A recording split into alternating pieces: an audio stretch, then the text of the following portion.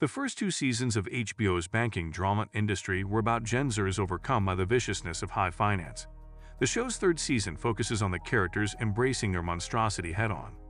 Full of breathtaking betrayals, horrific choices, and new deplorable characters, Season 3 of Industry proves that its central figures are done with child's play. They've sharpened their claws and are ready to go in for the kill. Created by Mickey Down and Conrad K., Industry Season 3 opens on the coast of Mallorca, Spain. A bikini-clad Yasmin is seen partying on her father's yacht. This space is in direct contrast to the claustrophobic banking floor of Pierpoint & Co.'s dreary London office. Having her fill of the sun, Yasmin ventures into her cabin to see her father, Charles Hernani, sprawled on her bed, performing oral sex on a pregnant yacht worker. Just as quickly, the series flashes forward 6 weeks. Back at Pierpont in the UK, the publishing Harris sits at Harper's former desk on Eric's sales team. Unfortunately, her naivety and her father's recent disappearance after embezzling millions from his own company have made her both a target of the paparazzi and a liability to the bank. The most important element to remember in this situation is that Pierpoint is attempting to go green by increasing the value of progressive, forward-thinking businesses. This kind of private equity is known as greenwashing or woke investing, according to some members of the financial establishment. Of course, it's ironic that their only motivation for doing this is financial gain. However, in theory, both the businesses and the clients they service gain from this as well. This story is especially interesting because Kit Harington's Sir Henry Muck, a very wealthy and slightly insane tech bro, is the face of Lumi, a green energy company. With Pierpoint's support, Lumi is set to go public when the premiere really gets going, which creates a fantastic ticking clock as everyone with a stake in the outcome, which is everybody, waits to see the opening share price. Since almost everyone is impacted by this, let's examine each character in turn. The good news is that Eric is now a partner at last. The unfortunate news is that he is losing control of both his personal and professional life. One of the first things Eric's superiors tell him is that, in order to demonstrate his ability to make difficult choices, he must fire someone without cause. This is another issue that looms large over the entire episode, as he ultimately selects the least obvious and most cunning candidate out of numerous strong contenders. In the interim, Eric's spouse has moved out. He turned to Kenny, of all people, for assistance during the agony of the separation, and they had a remarkably positive relationship. However, it only takes Eric a few episodes to lose his resolve, start drinking again, and use cocaine for the first time since 9/11. During a heart-to-heart with Yasmin, whom he coerces into engaging in debauchery, we discover that Eric feels a little guilty for exposing his frail side to Kenny. Additionally, it's evident that he still finds Harper, whom we'll talk about shortly, to be morbidly fascinating. It goes without saying that the following morning, just before Lumi is set to hit the stock exchange, he appears on the trading floor, where his wife has dropped off the kids he hasn't seen in weeks, and fires Kenny instead of Yasmin or Robert, as he had originally planned.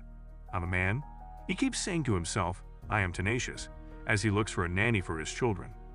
Yasmin has essentially taken Harper's place as the main character in Industry Season 3, presumably as a result of her work on Back to Black, and Episode 1 really puts her to the test. She first appears to us in a 6-week preface while she is on Lady Yasmin, her father's party yacht, where she witnesses her father in position with a pregnant deckhand. Despite a later flashback suggesting something much more horrible than what she observed might have happened right after, she flees appalled. Yas is being pursued by the media back in London after her father vanished, and she is being held accountable for his long-term embezzlement. She's barely holding things together, her reputation is in ruins, and her career is in jeopardy. As expected, she receives a call from a Lumi investor as soon as she reports to work, revealing that there was a discussion about Lumi possibly manipulating the books just before going public. She, Kenny, and Eric ultimately choose to play down this information, even though the accusations are true, in the hopes of selling shares at a huge profit on opening day. Subsequently, Henry Muck contacts Yasmin on her private number, which he says he obtained from Robert, even though Robert says he provided it to him, and extends an invitation for her to meet.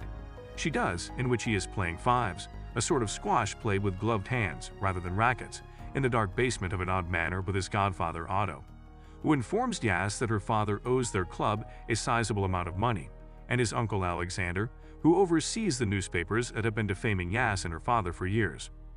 To put it another way, Yasmin's situation isn't good. In Episode 1, Harper doesn't have a lot going on. She was able to land a new job at Future Dawn, a hedge firm, thanks to Yas. In her role, she basically acts as the woman in charge's PA while courting Petra, another higher-up, and sending unappreciated nude photos to her nonentity boyfriend, Dave. Although Harper continues to live with Yasmin and Robert, her rivalry with the former is at an all-time high.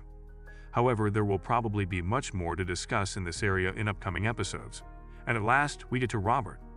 Things appear to be improving for him now that he is clean, living with Yas, in his supposedly steady relationship with Venetia, and in the advantageous position of directly managing Henry Muck on Pierpoint's behalf.